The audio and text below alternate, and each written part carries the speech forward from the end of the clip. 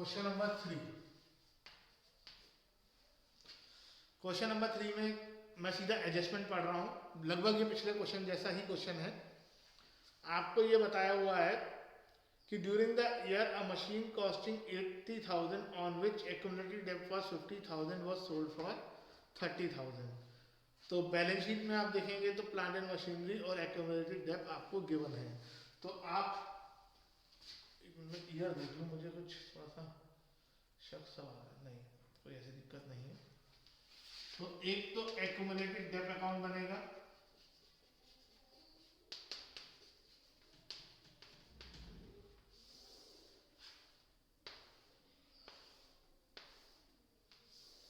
और दूसरा plant and machinery account बनेगा।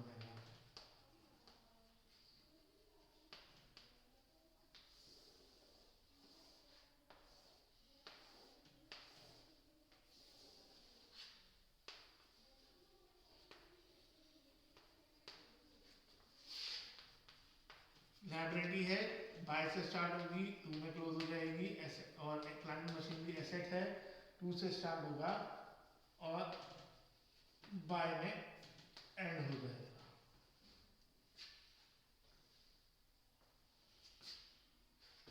ठीक, अब क्या एडजस्टमेंट है, पहले एडजस्टमेंट बाद में, सॉरी पहले इसको लिख लेते हैं। ये स्टार्टिंग में 2,40,000 है, एंड में 2 लाख है, और ये स्टार्टिंग में 11,40,000 है और एंड में 12,10,000 है।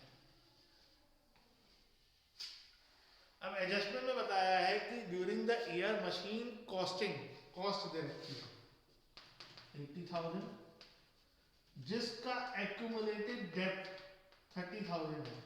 आप ये पढ़ते ही दोनों जगह उसको हाथों हाथ लिख भी सकते हो, to plant and machinery 30,000 by accumulated डेब्ट 30,000। इंतजार करने की जरूरत नहीं है। उसके बाद वॉज सोल्ड फॉर 30,000, सॉरी ये 50 है, सॉरी सॉरी सॉरी ये 50 है। वॉज सोल्ड फॉर 30,000, हमने 30 में बेच दिया, बाय बैंक 30। अब प्रॉफिट हुआ या लॉस बताओ। उसकी कॉस्ट 80 है, एक्यूमुलेटेड डेब्ट 50 है, सोल्ड 30 में कर दिया।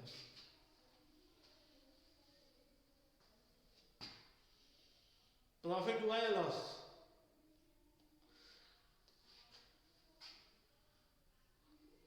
कुछ नहीं हुआ। हम पहले 80 में से 50 माइनस करेंगे 30 को 30 में बेच दिया, ना प्रॉफिट हुआ ना लॉस हुआ, तो इसका यहां पर कोई इफेक्ट नहीं पड़ेगा क्योंकि दोनों बराबर है। अब बैलेंस करते हैं तो ये निकल आएगा बाय डेब्ट 10,000, इधर आएगा टू बैंक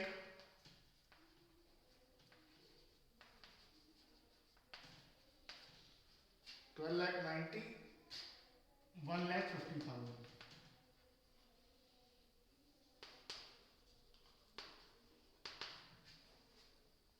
अब इसको कैश फ्लो में दिखाएंगे। कैश फ्लो में कहां दिखाएंगे इसको? अब मैं दिखा नहीं रहा हूं, मैं अभी सीधा डिस्कस कर देता हूं आप लोगों से। ये काम आप थोड़ा आप खुद करें तभी आप। ये डेप्रिसिएशन आ जाएगा नॉन ऑपरेटिंग एक्सपेंस में, डेप्ट ऑन मशीनरी, लॉस तो है ही नहीं यहाँ पर। टू बैंक आ जाएगा परचेज ऑफ मशीनरी और बाय बैंक आ जाएगा सेल ऑफ मशीनरी। उसके बाद नेक्स्ट एडजस्टमेंट है डिबेंचर वर रिलीज। रिलीज का मतलब पैसे दे दिए होंगे उनके ऑन 31 मार्च 17, जैसा मैंने सिखाया हुआ है। डेट डालो 31 मार्च 17 एडजस्टमेंट वाली, फिर क्वेश्चन से डेट डालो 31 मार्च 17, फर्स्ट 31 मार्च 16। डिबेंचर्स की अमाउंट लिखो 1 लाख, 2 लाख। यहां से लेकर यहां तक 31 मार्च 16 से 31 मार्च 17 तक पूरे 12 महीने हुए, यानी यहाँ पे 0 मंथ्स हो गए। रेट ऑफ इंटरेस्ट है 9%, इसका 0 इंटरेस्ट आएगा, इसका आएगा 18,000 और टोटल इंटरेस्ट हो जाएगा 18,000। तो इंटरेस्ट ऑन डिवेंचर्स दो जगह आएगा, नॉन ऑपरेटिंग एक्सपेंस में इंटरेस्ट ऑन डिवेंचर्स और फाइनेंसिंग एक्टिविटी में आएगा इंटरेस्ट ऑन डिवेंचर्स माइनस में। बाकी चीजें डिस्कस कर लेते हैं जल्दी से।